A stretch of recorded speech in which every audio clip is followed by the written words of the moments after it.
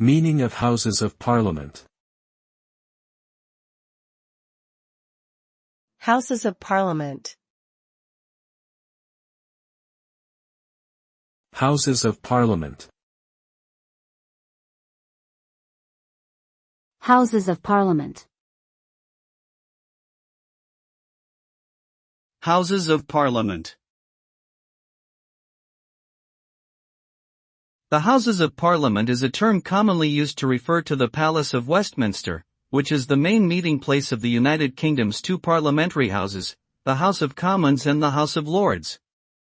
The Palace of Westminster is located in London and has been the home of English parliamentary democracy for over 900 years.